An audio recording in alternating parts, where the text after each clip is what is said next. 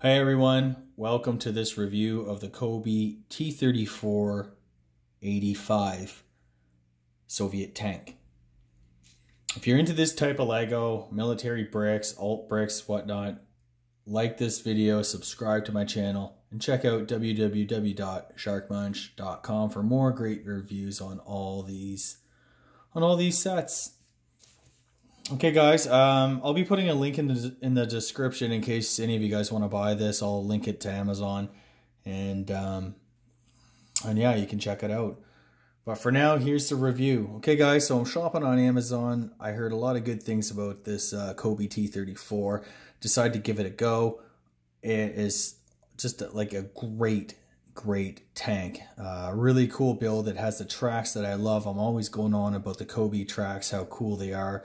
How great they are, and yeah, this for sure. I'll show you guys a demo of the tracks, as I always do. I'd previously reviewed the Slubin T-34 tank, which is also a really cool tank, but the track system on that it's just not as good as the Cobi tracks, frankly. So I decided to give this one a go. Really cool build. Just so you guys know, this is the Cobi T-34 85. This is set number 2476A. Comes with 505 pieces and only one minifig. I got this guy up in the turret here. You can see him leaning out with the machine gun. Yeah, just a bit of background. This is a T-34 85mm gun. So this was kind of like a later model T-34. It was produced and in service from 1944 till about the early 1960s. It's a medium tank, weighs in about 32 tons. The armor at its maximum would be like the frontal armor was 90mm. Main gun, as I said, is the 85mm.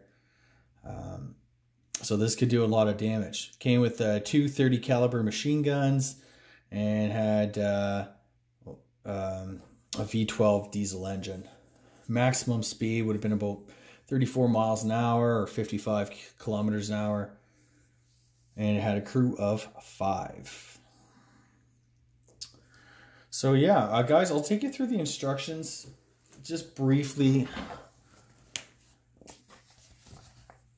So here are the instructions.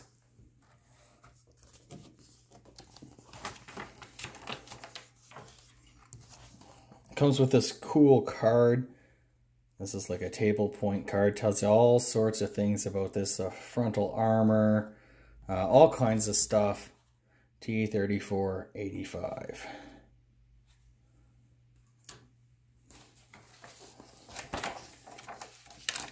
So Cobi, again, in case you haven't seen any of my other reviews, really high quality bricks, super high quality Lego-like instructions.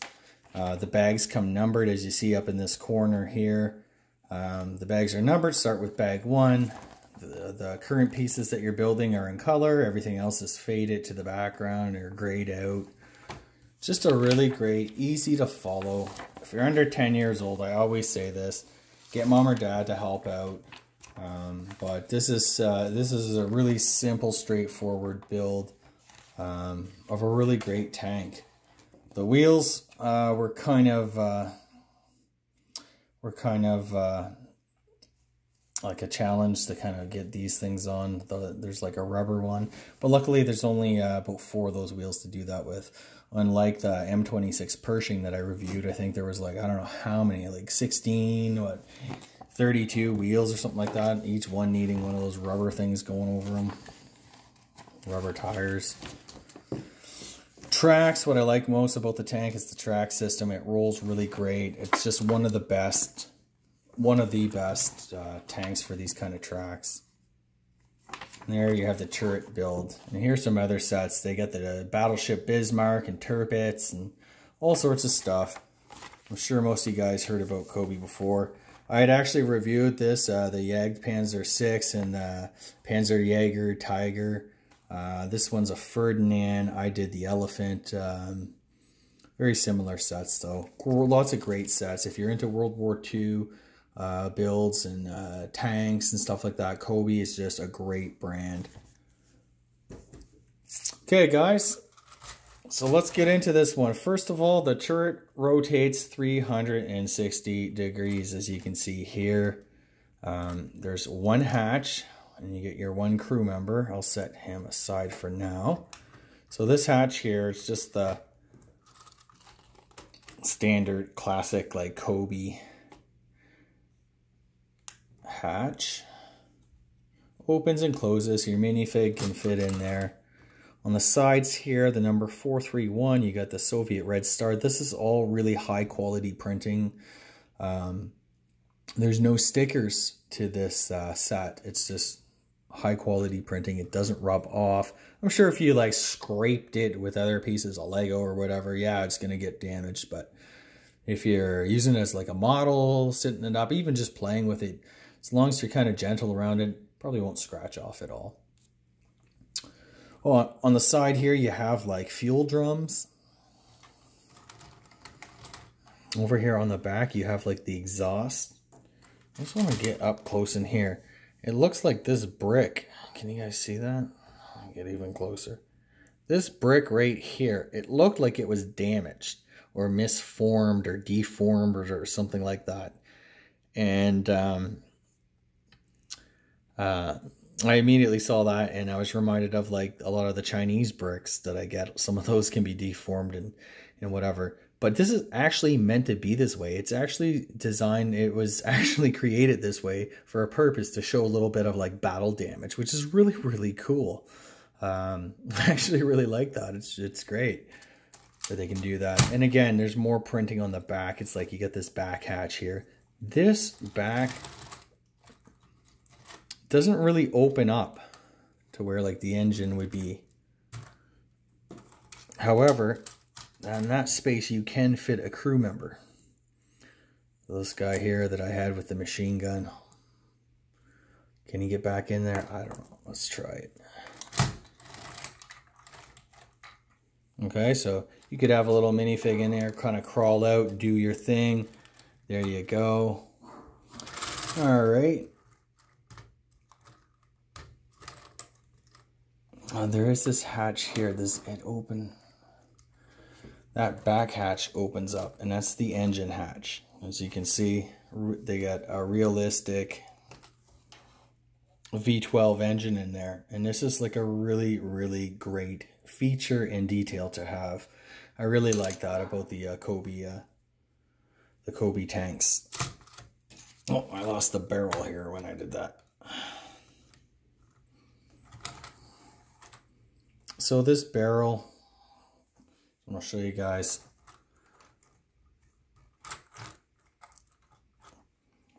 It can raise about, I don't know, 35 degrees, let's say. It can lower. You're literally like firing at ants. It depresses so much. It's really cool. It's very long and very narrow, like very skinny, slender. So it can come off very easily, as I just showed you there. So I recommend, if you're gonna move the gun up and down, do so at the base so it doesn't fall off, break off, or whatever. Moving on to the front of the, I'll just move this turret over. Now what I like about the Cobi stuff is they got these mounted machine guns. It's mounted in like a little ball, and it's really detailed. I'm just kind of bringing it in closer here, so you can see that. You can even see the details, like the barrel has like little holes in it. It looks like a real .30 caliber sticking out of there. It's really neat. And once more on the front, you have this little printed plate, and you have two pieces of tracks on the front. Also, the front opens up. You can lift that all the way up like so. And you can even stick your little minifigure in there. And then he can maybe jump out. This hatch here opens up as well. I'll just kind of maybe sit him in there and see if I can stick this machine gun out that front hatch and close it. Let's try it here.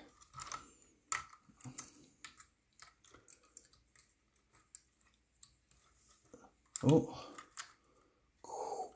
I got you right there. All right, let's try to get this thing closed. Oh, I just lost it. Anyways, you get what I'm saying. If you... There. So not only do you have this 30 cal sticking out shooting, but you can actually open this hatch here and have a minifig with a rifle or a machine gun, submachine gun, shove that out for a little more fire support to take on any infantry attacking this tank. Get this little guy out. And you also have like a little light here. You get the wide flaps, like mud flaps or whatever. And the same goes for the back. You can see them right here. They just go up and down. Overall, a really great set. You can check out this Cobi minifig right here. It comes with a World War II era. It's kind of some kind of machine gun, submachine gun. The printing, pretty high quality, just like the other kind of Cobi minifigs. High quality printing. They twist and turn at the torso, or at the waist, sorry, and you know, their heads move. They don't bobble like the Sluben figures. Very much kind of Lego-like, but not quite. You can't sit them down in these vehicles because they have no holes on their legs or up a bit higher. But they can stand. They do have holes on their feet that you can stand them up. So, yeah. Oh yeah, and this is a little like tank commander helmet. It has that sort of creepy Cobi demon face or whatever. I don't know what that guy's doing, but he looks crazy.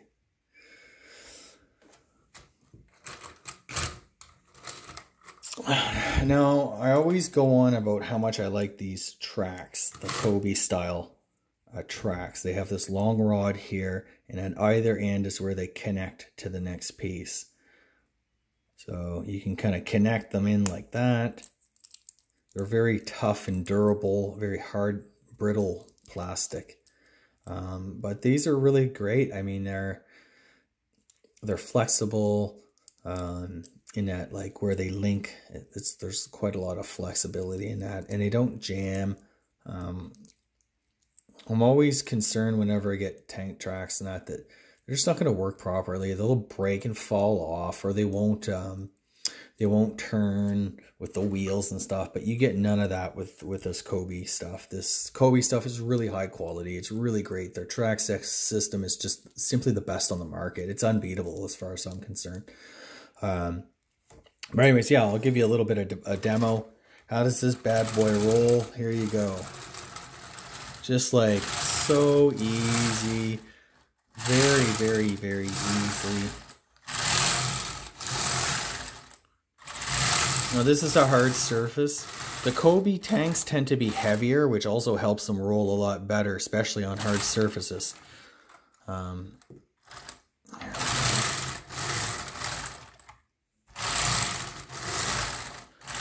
So there you go. I'll take you down to the carpet level.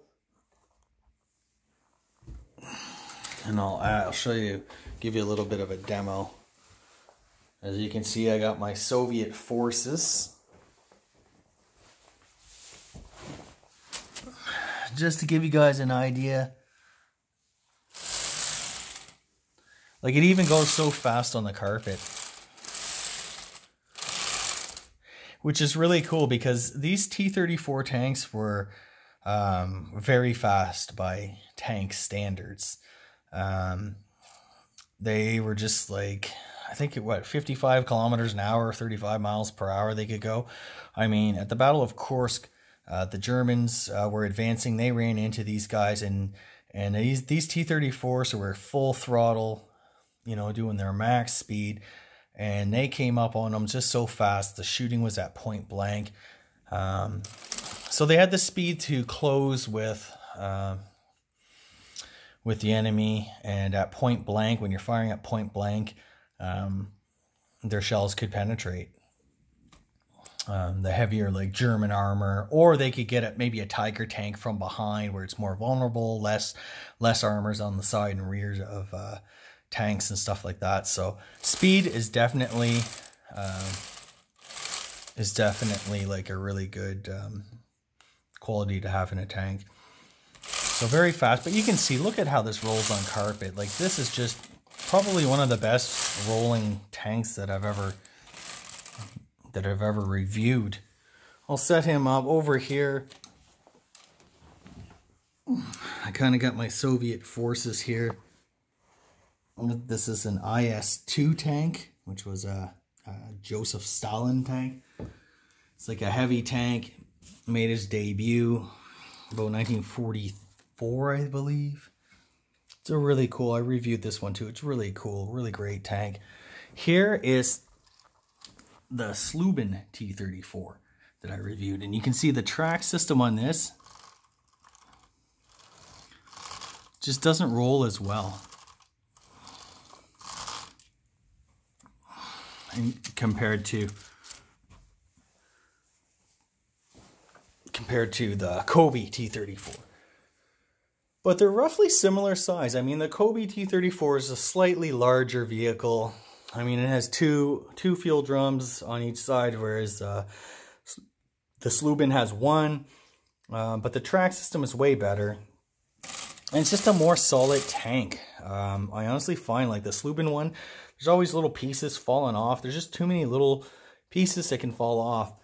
Whereas, honestly, like the Cobi T-34, it's just better built.